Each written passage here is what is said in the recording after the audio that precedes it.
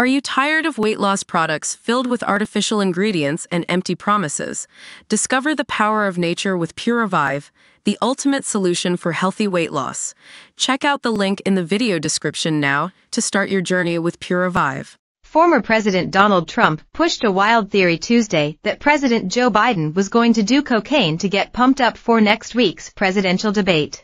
Trump was addressing supporters at a rally Tuesday in Racine, Wisconsin, when he asked if any of them planned to tune into next week's debate. On June 27, CNN will host the first of two planned general election debates at the network's Atlanta headquarters featuring Trump and Biden. "He's gonna be so pumped up, he's gonna be so pumped up," Trump said of Biden.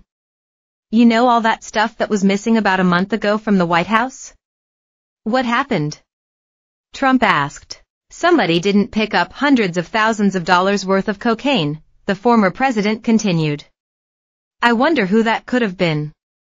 I don't know. Actually, I think it was Joe." Trump was likely referencing the cocaine discovered in a cubby at the White House nearly a year ago. A small bag of cocaine was found in lockers where both staff and guests placed their phones on July 2, 2023. The discovery occurred as Biden and his family, including son Hunter, were away at Camp David ahead of the 4th of July holiday. In November, DailyMail.com was first to report on the photographs of the small bag of cocaine, provided by the Secret Service in response to a Freedom of Information Act request. The discovery prompted an evacuation of the West Wing and street closures surrounding the White House, and then triggered an 11-day investigation once the substance was identified as the illicit drug.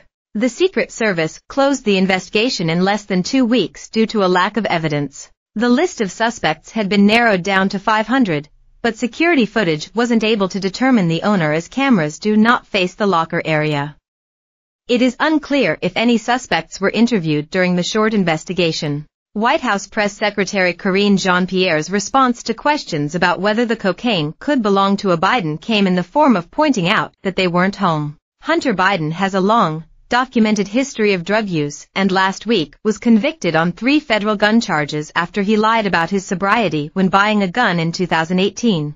A number of Republicans blamed Hunter for the cocaine discovered in the White House without evidence. At the time, Trump floated the bag of drugs belonged to both Joe and Hunter. Trump allies also mused that the president was on an upper after his peppy performance at this year's State of the Union.